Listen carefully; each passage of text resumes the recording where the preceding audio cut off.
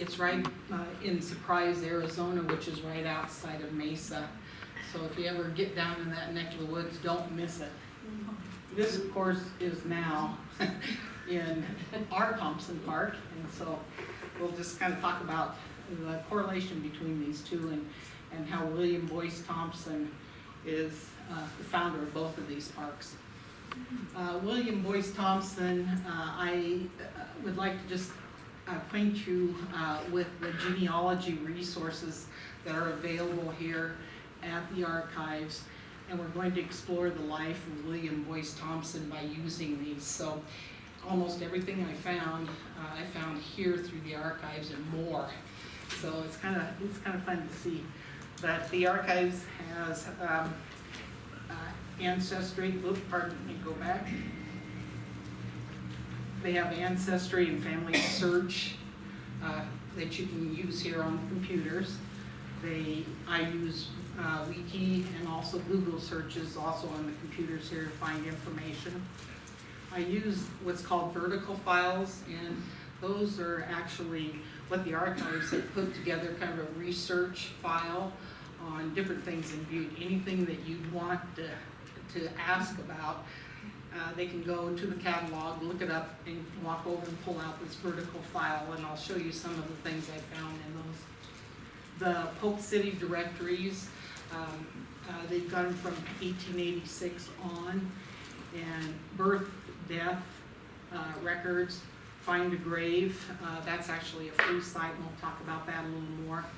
They also have all the cemetery indexes for Butte, and they have the maps, and so they can actually go on to the computers and tell you where about everybody in Butte have been buried in the cemeteries here. Have a number of books that I've used, and I'll talk about some of those. Naturalization papers, school records, and I'll show you how I've used those before.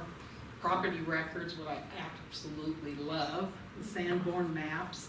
And I'd like to give a shout out also to the Bureau of Mining and Geology. If you go up to Montana Tech, it's a separate building, kind of kind of across from the Hyper.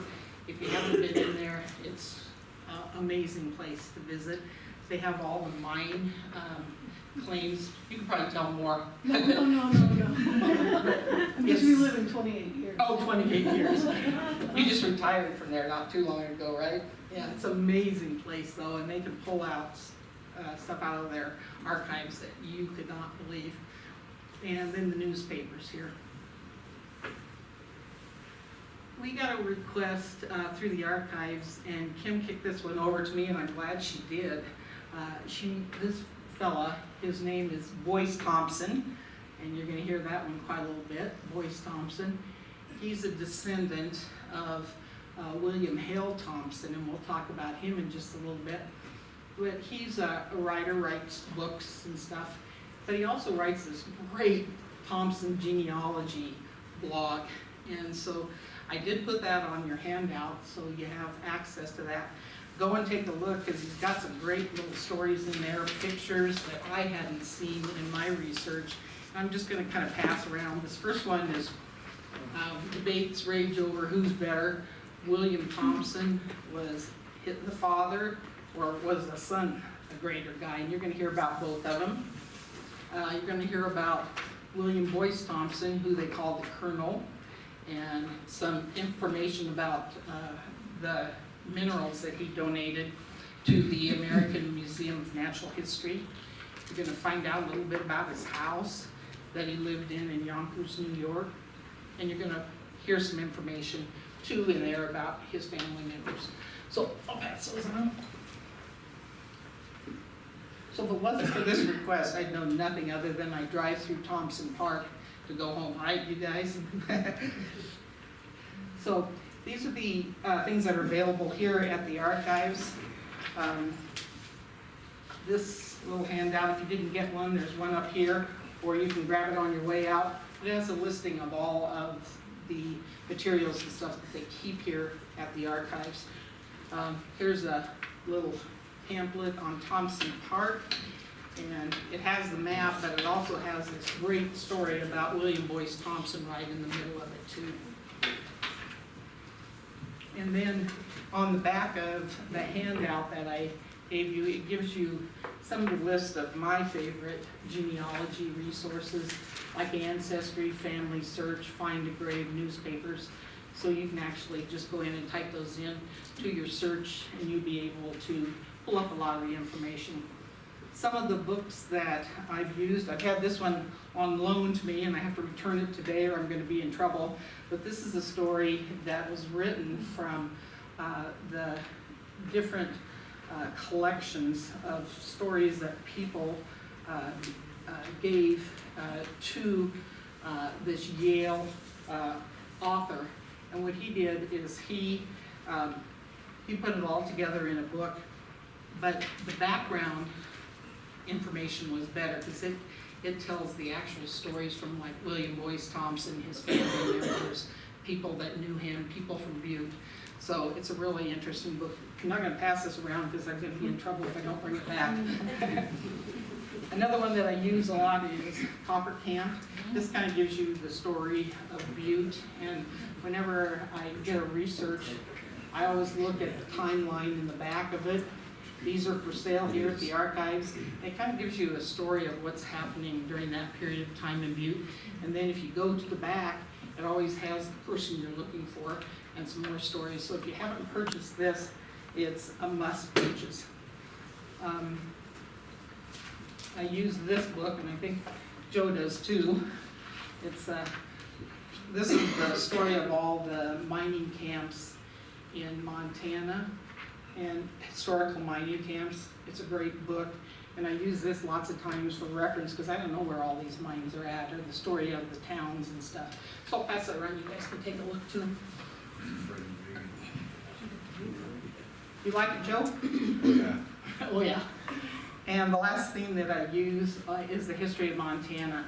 And this tells all the history of each of the towns and the cities. They have this available online here at the archives. This is called Leeson's also. And in the back, they have the story of each of the persons that were pioneers that came to Montana. It's a great resource. So let's just talk about William Boyce Thompson's father, first of all. This is going to be a little bit confusing. That's why I gave you this family map here, so you can kind of keep track of who I'm talking about. But William Boyce Thompson, he was actually born in Canada, and then when he was a young man, he came to Yankton, South Dakota, and he was building the territorial capital at that time. And the Civil War broke out, so they took basically all of his materials, and so all he had left was his carpenter's tools. So he moved to Virginia City, because I think he probably didn't want to go to war. In 1863, ended up in Virginia City, was a carpenter there. Also started some sawmills, because he thought, I'm not going to be one of those guys that don't have a way to make a living. So he started making a living by being a carpenter.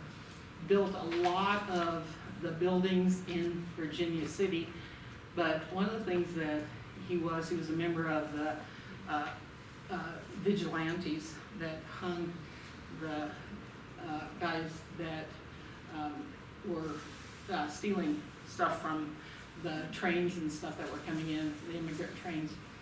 And he actually built the Hangman Building that's still there in 1864. He made numerous trips to Omaha after he came to Montana, which was the territories at that time, and he'd pick up supplies, went down through the Yellowstone and down through the Missouri, and he'd pick up supplies for his mercantile and brought those back. He was the co-owner of a stone quarry there as well, and some of that stone is used for the Madison County courthouse. He married a woman named Annie Boyce in Virginia City. We're going to talk about her in a little bit more.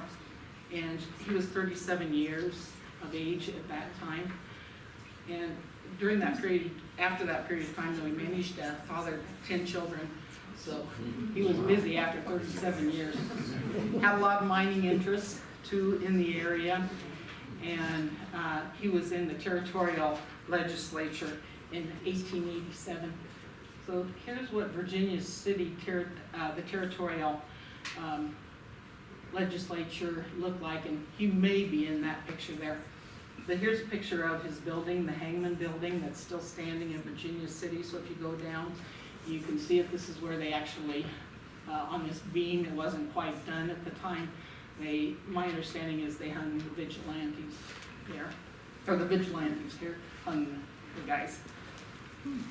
Okay, so then he comes to Butte and in 1884, and right down here is his name because he was elected mayor in 1885 through 1895 through 1897. He was the 15th mayor of Butte. He was a Republican, and he was a partner at one time with A.M. Holter from Helena, and at that time they formed this large conglomerate of lumbers in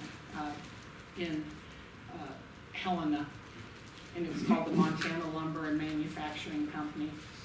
He was also on the 1889 Montana Congressional Constitutional Committee, and again in 1884 he had that lumber yard. So this is a picture of what he looked like, and this is a copy of his death certificate. And this was found here at the archives, actually in this book right down here.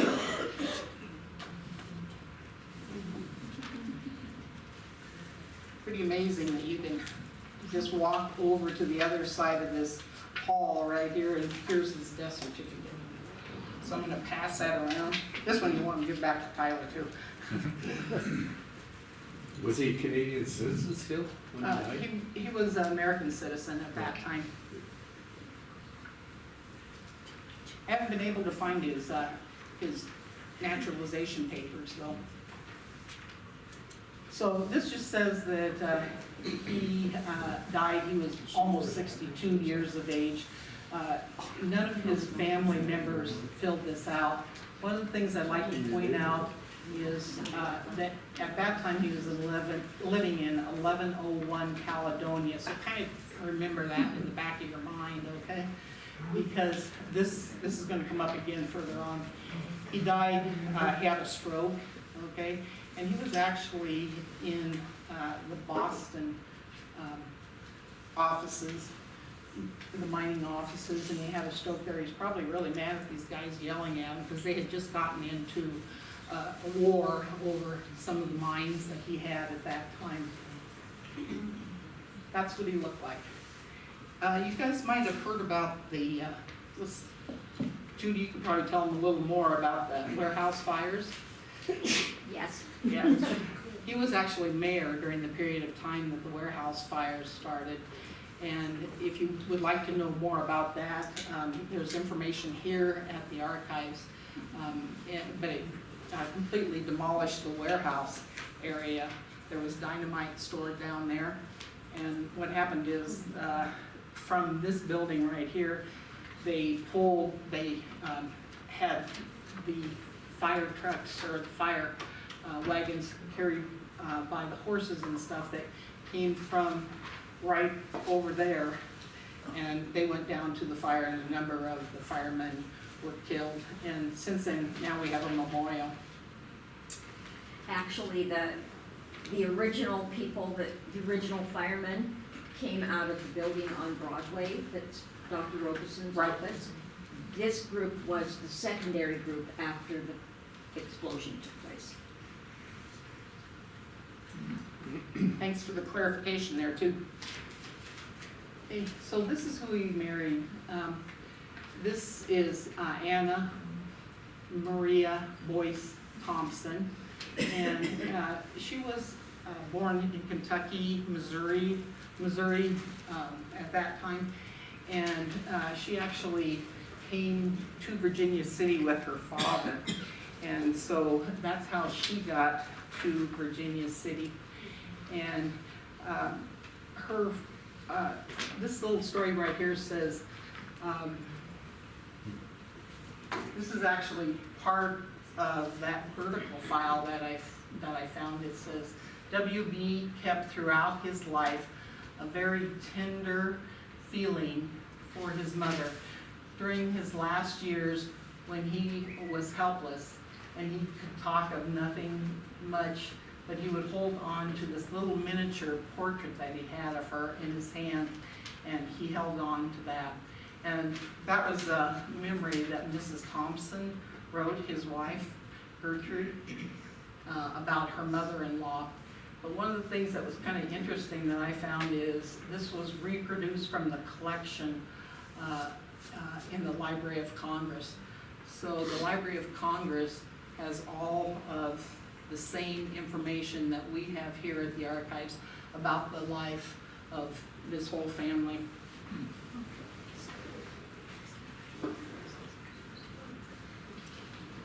This is what's called an ancestry sheet. This is what we use as genealogists to keep track of all of the information that we have. My Tree, if you ever go on to Ancestry, it's called My Tree, and it's BSBA, William Boyce Thompson. And this is a public tree, so anybody can take a look at this. But it lists a timeline of things that occurred in her life, talks about her parents, talks about her siblings here. I also have information on her husband and then all of her children, her 10 children. And then it also has information about her death in there that I've scanned and put in. So this is actually one of the newspaper articles that you can find about her. And this one says that Mrs. Thompson, wife of William Thompson, died this evening after a long illness. And she was actually sick throughout most of her life. She was born prematurely.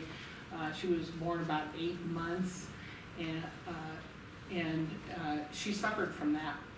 She died that evening after that long illness, and after having 10 children in about 15 years, you can probably see why.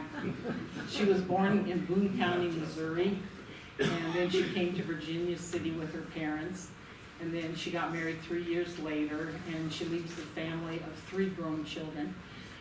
Some of these children died in Virginia City, and they're buried actually in Virginia City. And if you go to Virginia City up into the graveyards, you can actually see where they're buried. She resided in Butte for 14 years. She was well known all over Montana, primarily from her family members. And this just talks about that they're going to be having the funeral from her home, 304 West Granite Street, which is about 2 houses down from the W.A. Clark mansion. And you're going to see some pictures of that in just a little bit.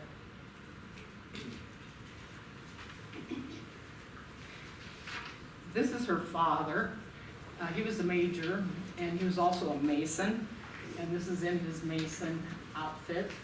And he actually lived right in this little house right here, built this little house. This is out at the 9 Mile, what the 9 Mile used to look like, right at the beginning of Thompson Park. And he had built a house there for his family, a vacation house, a resort house. Looks completely different. This would be kind of like where the road, Continental Divide Road comes in. This is your road up towards Highway 2, on Highway 2. And William Boyce Thompson, he writes about his grandparent. He says, shortly after mother married in 1867, her father, James R. Boyce, this guy right here, moved to Helena and took the rest of his family there. Afterwards, we would go visit them occasionally in Helena. I can remember traveling there on the stage when we had outriders, 2 to 4 men, front and back with shotguns. There were also men with sawed-off shotguns who sat on top of the coach, but we were never held up. And that's a memory that was in that vertical file that I found. It's like going to Anaconda. these are called queer spots, and these were written every Sunday,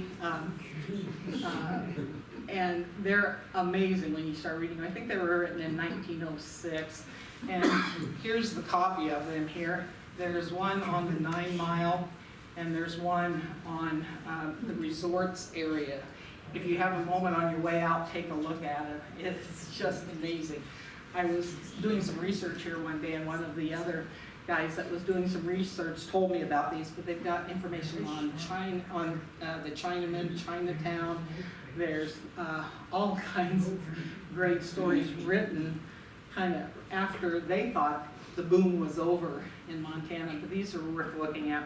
This is the 9 Mile Canyon one. And it's in here, it says right here that the house is here was originally built by James Boyce. So that's the tie with the family there. And you can see on your little handout here that he is the fourth one down, or second one down, third one down, pardon me. Confederate M.J. Boyce is his name.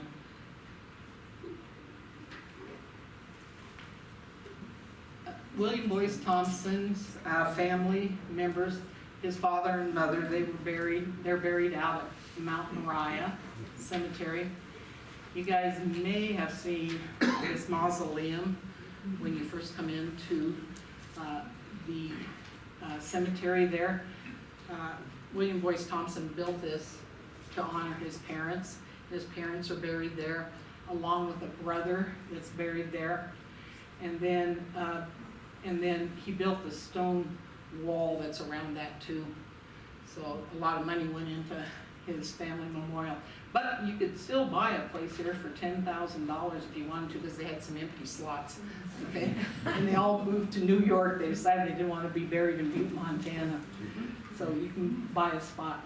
This is his William Boyce Thompson's mother, and she came from Northern Ireland. And his father came from Scotland.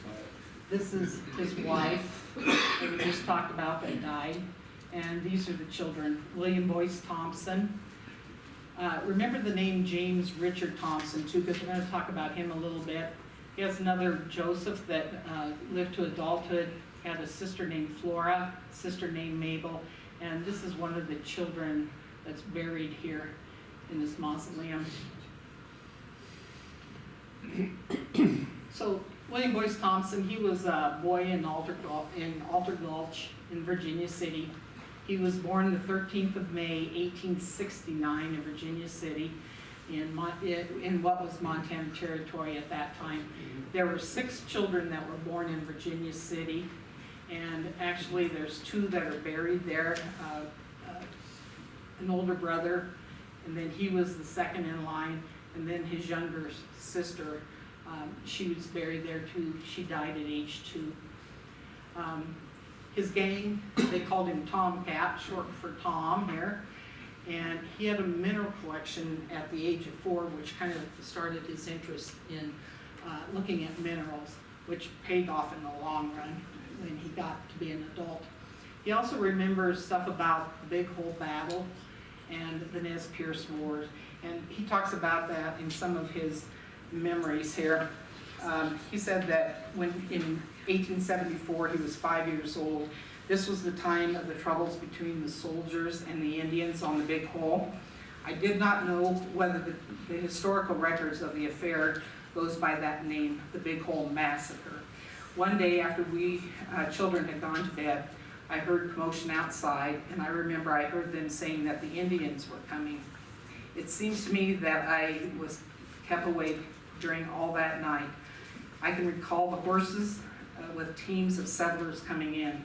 Whenever there was trouble with the Indians, outriders or scouts would be sent to warn the ranchers and settlers in the valley around. And it seems to me that he could remember all night long hearing the wagons coming in with families. This time the Indians were after an attachment of soldiers who had gone over from the Big Hole. So this was right after the Big Hole Battle that he's talking about. Some of the soldiers had carried off squaws. Indians sent word that they were not after women and children, but they were after the soldiers. So they were kind of telling the settlers that they were after the soldiers and that they would be safe. At this period, in doing my traveling, it was the custom to ride from stockade to stockade. In the early days, the stockades were at Sheridan, which when you think Virginia City, then they went to Sheridan. And one would spend the night there when you were traveling. Sheridan was a place where we usually stopped the first night going west or south after leaving Virginia City. Then we drove out ourselves, when we drove out ourselves and did not take the stagecoach, the 2 trips we took were to Glendale, Montana, which was a big mining town at that time, and Helena, Montana. During the Indian troubles in Virginia City, the women and children were taken to the courthouse and the school, so they were kept there. That was built with bricks so they wouldn't burn the buildings. It seems to me that I can remember this scare during the night, and the next morning the Indians passed by over Cemetery Hill, so that's up where the family members were buried. As I remember it, they dropped by Virginia City about a half a mile from town over what was then Cemetery Hill. The cemetery was where it was then and is there today.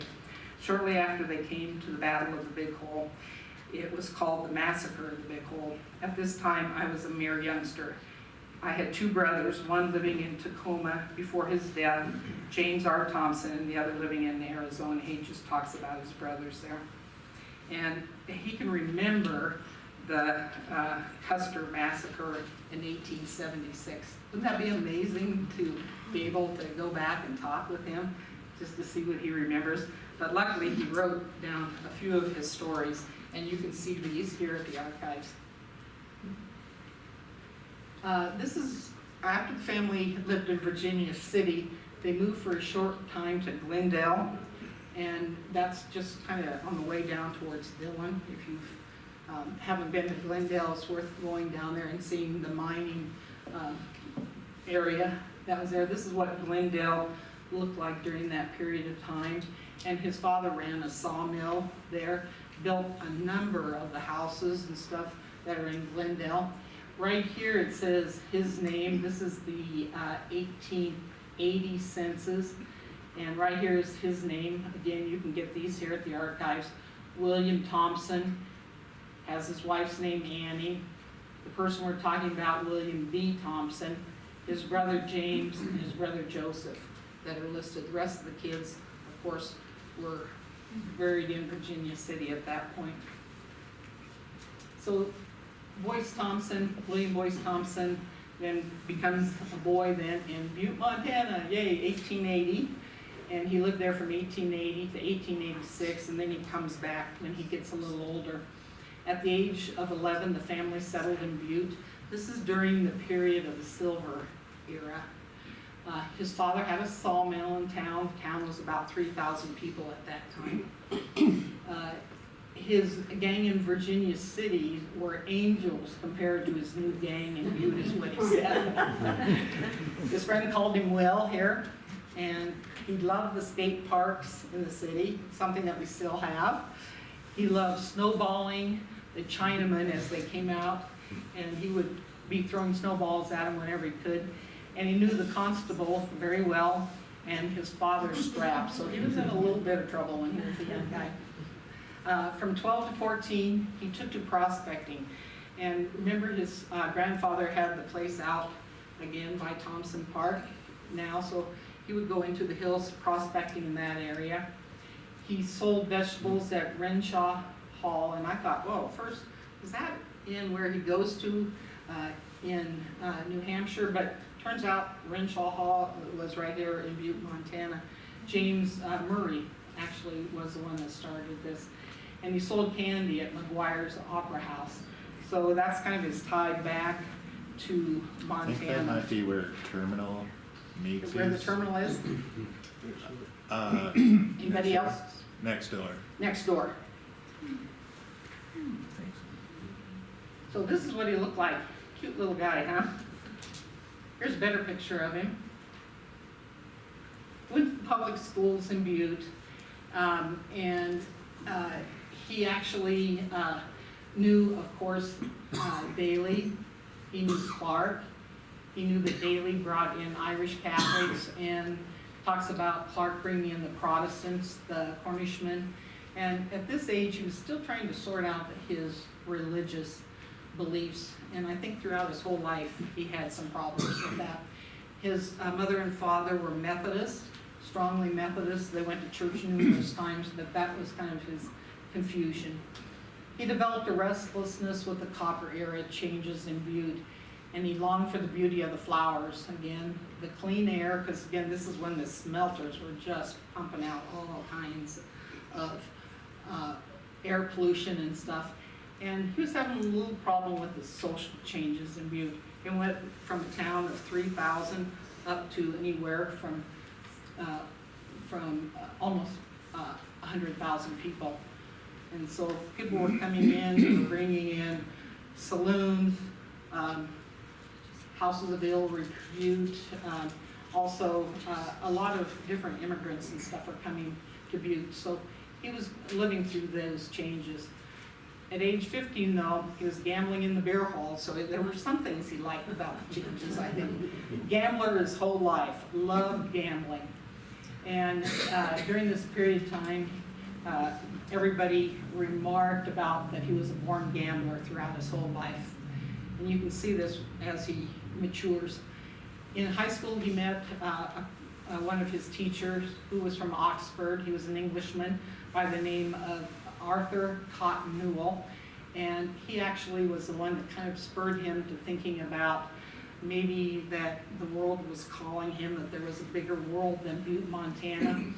And so he decided, with his father's guidance, that he would go away to school. He refused an appointment in Annapolis, and he enrolled in Phillips Exeter College, or school in the East. And we're just going to talk about a little more about Butte here. This is his mom and dad's house, okay? This is 304 West Granite. This is the National Registry plaque out in front of it. This is just about 2 doors down, again, from the Copper King Mansion. So they knew each other well, okay? This is now a VRBO. So if anybody believes in ghosts, this would be a good place to spend $150 a night, rent this place, see if you can commute, and get any more information that I couldn't get. So they've redone this. I kind of think that maybe these lilac trees were probably been there 125 years. They've kind of toned them down a little bit, cleaned them up. Very nice looking place on the inside. So if you go on VRBO and look at Butte, Montana, you can see this home. He knew a number of people in Butte too, and one of his best buddies though was his brother James, and this is actually the great-grandfather of the person that made the request to the archives. So this is his family line. And I wasn't able to find in the school records, okay, information on William Boyce Thompson, but right here, this is his brother James. This is the 1890 census records. Right here is his father's name, William Thompson. James, his son, is 17. Then his next brother, his name was actually Joseph Edwin, and they put him down as Edwin. These were his 2 sisters. And if you haven't seen the school records, okay, this is what they look like.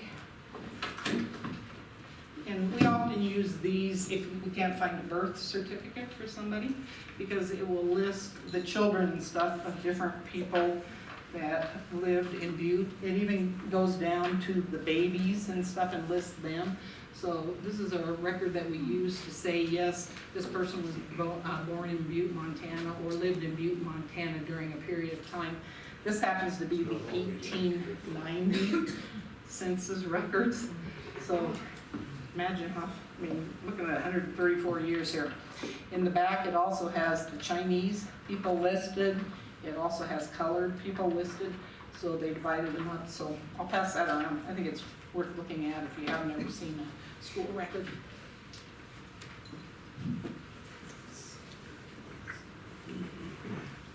So William Boyce Thompson then and go back one. He goes to Phillips Exeter School, and he arrives in 1887 in New Hampshire. Boy, straight out of Butte, Montana, had never been out of Butte, Montana, and goes to this school in New Hampshire. He was very well accepted. Butte had something to teach the New England people, though. He taught them the game of poker and won a lot of money playing poker in his school times. He learned how to work at Schoolworkville also, and he earned many friends. He was called Tommy there rather than William. Again, his last name. The first summer that he was there, he went down to New York, and he went to the stock exchange. Wouldn't that be kind of strange when you're 17, 18 years old that you want to go to New York and go to the stock exchange? There in the pit, they were dealing with Western mining shares. He knew those properties. He knew what they were talking about because he lived here. He knew where they were getting copper from, silver and gold from. His mind then hatched this plan that he wanted to return to New York City. He wanted to work in the stock market, wanted to work in that pit. He attended Exeter for 3 years. He didn't graduate from there because but he did say that Exeter days were very happy days for him. He actually loved it so much that he gave them $2 million, and they have since invested that money.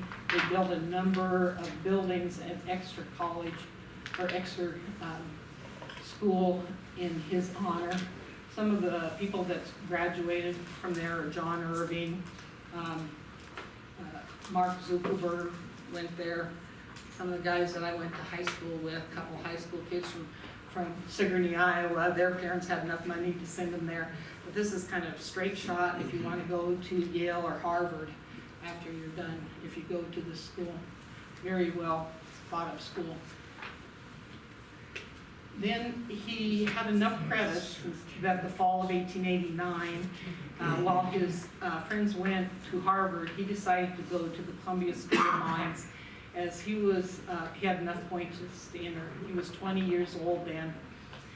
There he didn't excel at chemistry, he didn't excel at math except for algebra, but he shone in botany. He loved botany. He loved growing flowers here in Butte, and that carried on to his whole life. But he never lost sight of his plan to go back to New York City and be a stockbroker.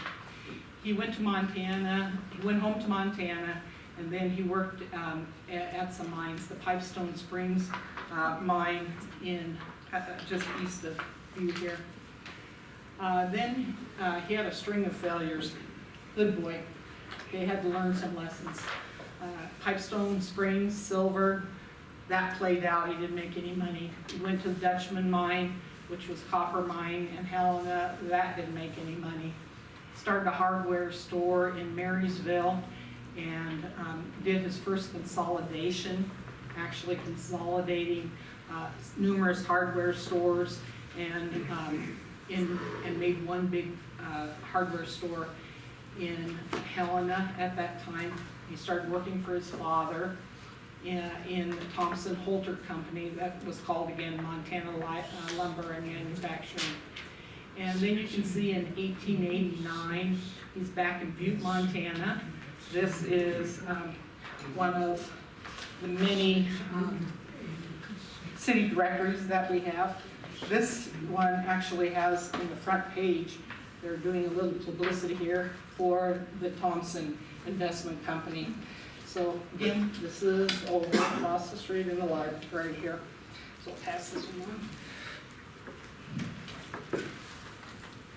on. In 1889, before that, he actually joined his father, who's here. William B. Thompson is him. He's the vice president and general manager. James R., his brother, was the treasurer. And actually, I think this guy was the brains behind this organization. He did a lot of building and stuff here in Butte. Arthur Smith, he was the secretary. And you can see that they did real estates, they did loans, they sold insurance, they did installments and investments, and their building was 48 East Broadway. You can see his father listed here as the president, okay, of the mining company. So he came back, started working for his father, and his father died a year after this was shown. This is his brother's house that the Thompson Investment Company built. So you can see they got some money at about this period of time. This was Dr. Staples' home at one time. For anybody that remembers Daniel Staples, this was his home.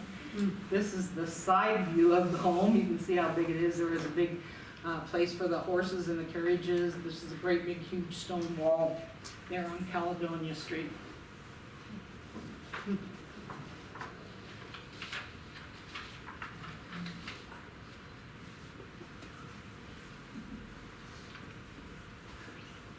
This next picture is actually what we use here at the archives to look at records of houses.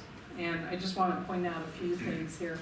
First of all, this is where the street is, 1101 Caledonia. And this is where his father died. He was actually living with his brother when he died. The home of Dr. Staples again. This is the year it was built, 1897. Okay, this is who it was built for, James Thompson. This talks about how it was built, the building permits. You can actually trace these through the city directories and also these historical things. They give you information on the building, what it looks like, or the house, what it looks like. Go into more detail, and here it says that William Boyce, or that the Thompson Investment Company built this building. Right down here it says the very same things. You can find these on all of the historical houses here in Butte. They have a listing of them all, and they're really great to see. I'll pass around the one that you can see here, but I just wanted to let you guys know too that they built a number of places. If you go down Virginia Street, they built all those little mining buildings down there, the little houses that they sold to miners. They sold those for $300 a house, and that would be about the same as almost $12,000 now, okay? So these miners would buy these houses, and I've been in a number of them. They usually have like a living room gathering area when you first walk in the front door. They have a kitchen, they have a bathroom, they have a back porch, and they have 3 bedrooms that are very small. And they sold those to all kinds of miners in that area. So if you go down Virginia Street, most of those buildings and those houses were built by the Thompson Investment Company. So this is what's called a Sanborn map. This is a picture. I've got one up here so you can look at it, but this is actually the Sanborn map of his brother's house right here. You can see how big it is compared to the houses, but there's some big houses up there. This is the Sanborn maps. This is his wife. The good thing that he did during that period of time when he was having numerous failures, he picked a very good wife, Gertrude Hickman. She was born February 6, 1885 in Virginia City. They knew each other as children. This is a copy of their marriage license that I got here at the archives. And this just says that William Thompson is marrying Gertrude Hickman. This lists their father's and mother's name on both of these. So if you don't know father's and mother's name, this is how you find out, by finding a marriage license if you can. You probably have seen, if you've lived in this area at any time, the Thompson Hickman Memorial Library Museum down in Virginia City. And this was built and donated in memory of Gertrude's mother and father and William Boyce Thompson's mother and father. They spent, I think, $50,000 to build this during 1915, during that period of time. And it was done, the ground was broken, I guess, in 1918. And the cornerstone was laid, and then they built this museum and stuff to keep all of the records, the historical records of Virginia City. Great place if you've never been there before. This just talks about his history. This talks about that they never lived in Virginia City after they were married. They lived in Helena, and then they lived in Butte for a short period of time. And then, as you'll see in just a little bit, they moved to New York City. How they got to New York, though, was this mine called the Shannon Mine in Arizona. What had happened is that William Boyce Thompson had heard about this mine through one of his friends, and what he did then was he took an option on it, and he, for $500, he got a $250,000 option on this mine. And everybody thought it was not going to be a producer. It turned out to be a huge producer. And so he made his first bunch of money. So he took the money from here, paid off all the debts that the families had here in Butte, took off for New York City with his wife. Okay, because what was his dream? His dream was to work on Wall Street and to be a broker. These are the certificates that they sold for the Shannon mine, copper mine.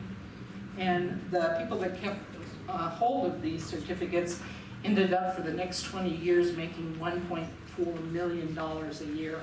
So it paid out well, not only for him, but people that also invested with him. So off he goes in 1904 with $50,000 in his pocket because he had to pay off everybody's debts that he owed for here in Butte, and he moved to New York City as he had planned. He hitched his star to copper and the Guggenheim family, which he knew very well, and tried to build a town which he called the Second Butte in Ely, Nevada. That, of course, didn't pan out very well, but boy, those guys built a lot of houses down there. They built a city that looked a lot like Butte, and they called it the Second Butte. The international business thought he was very interested. It was booming, and he was in the thick of it, right down here in the middle of the pit.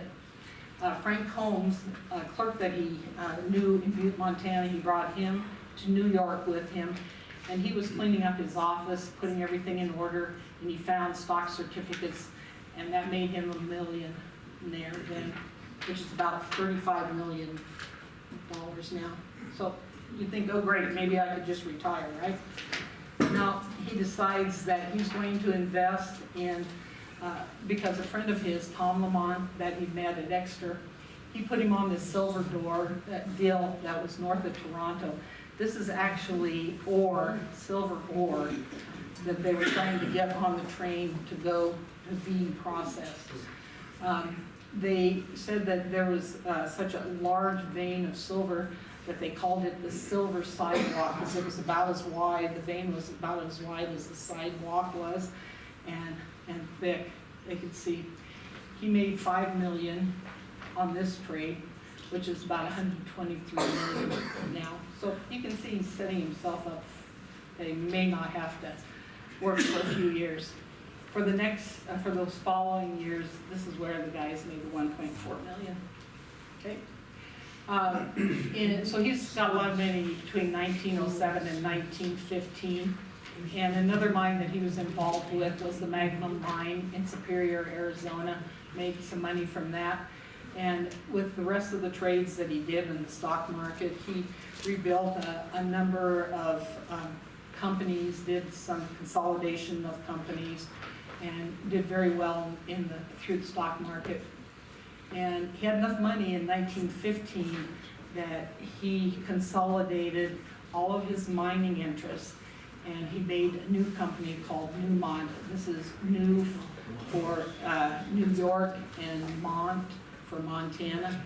This is still in operations now. Wish you would have bought stock in 1915, right? Because it's the largest gold producer in the United States. Also has mines throughout the world. He built during that time a home called Alder Mansion, and that's on the bank of the Hudson River in Yonkers, New York.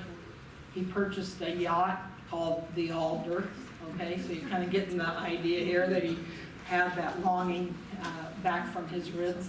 And he purchased a rail car just to go around to the different areas where he would take people to look at mines and stuff from Pullman Company, and he called it the Alder as well. So the only thing that I could find with his signature on, this is his passport, and that I found here too. William Boyce Thompson right there is his signature. I think that's kind of cool. So this is the mansion that he built in Yonkers, New York. And actually right down here it has a list of the people that were working for him at that time. He's the banker, they have a housekeeper, they have a valet, okay? They have a laundress, they have 2 cooks, 4 maids, a butler, and a gardener. He was still into the gardening. This area back here, he built greenhouses and stuff, and did all of his work and stuff for doing his botany. The lawns were just well kept, were beautiful, and there's pictures on that guy's website of the inside of this house. It's absolutely beautiful. In the basement area is where he kept his mineral collection that was worth $1.2 million when he passed away and left it to the museum. So this was his house.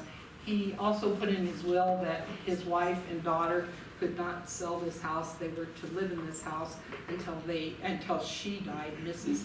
Thompson. So she lived there until she died.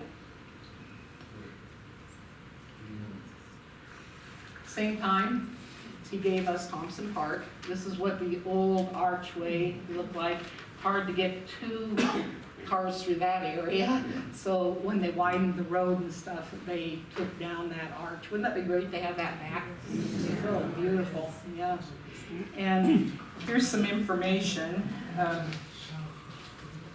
that was in the newspaper. Can't find it right now.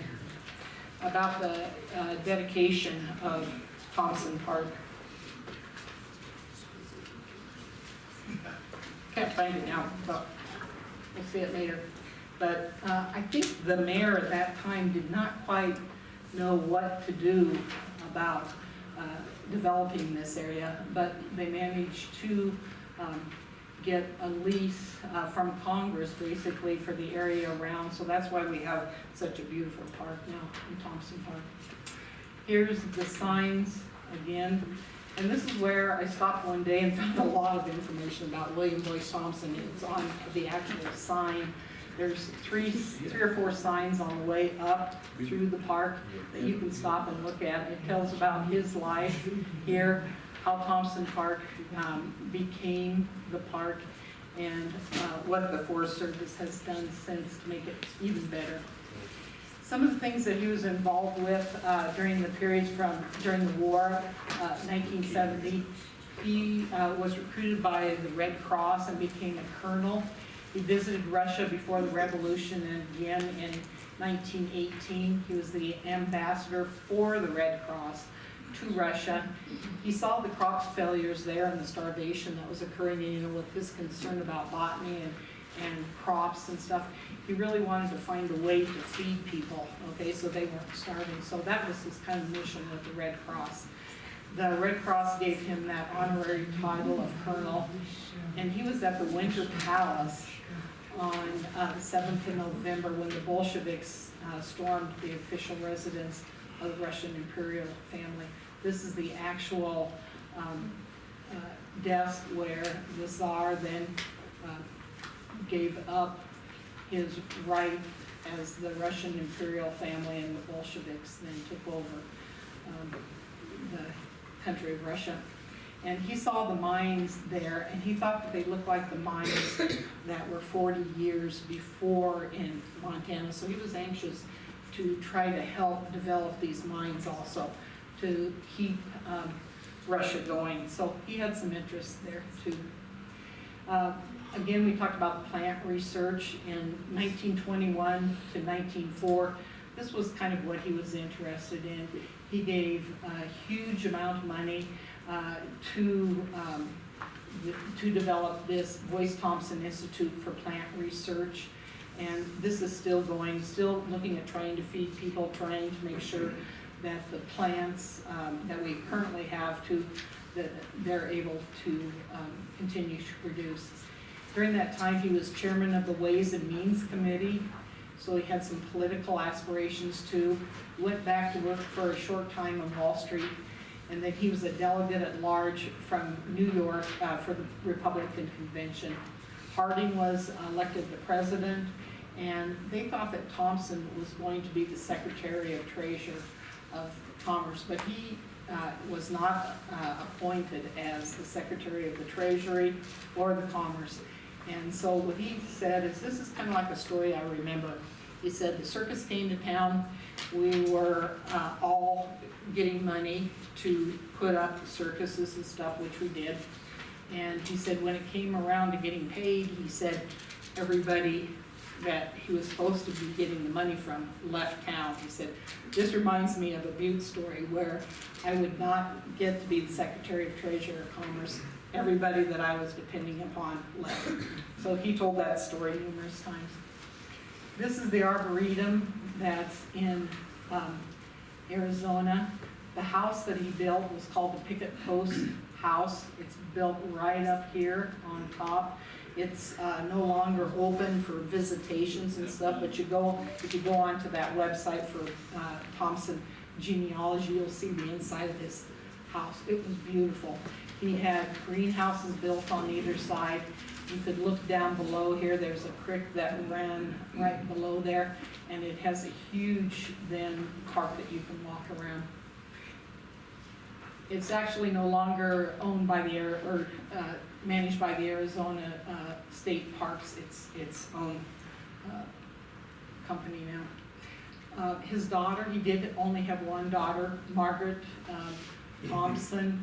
She was married, first of all, to a Schultz from Minnesota. He was from the cereal family, the large cereal producers in Minnesota and Minneapolis.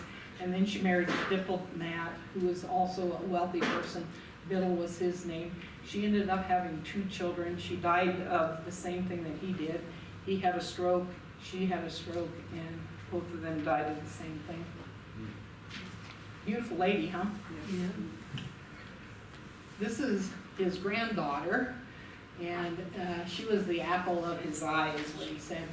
Her name was Margaret also, and they called her Peggy, and she was 42 years of age when she died. But prior to that time, she married a prince, okay? He was a prince from Switzerland, okay? And then he had a lot of emotional problems, but he was also the cousin of the Prince of Edinburgh, who again is the Queen Elizabeth's husband. That was his first cousin. So marrying money there again, kind of interesting. Beautiful lady too, I think. This is him in the last years of his life. He had a stroke and was pretty much incapacitated for about 4 years before he passed away from pneumonia. The old man's disease, right? Dr. Jacobson, right? This is where he's buried, the mausoleum. Not quite as beautiful, I don't think, as the place here in Butte, Montana. So, I'd just like to open it up for questions or... Did the father, did he live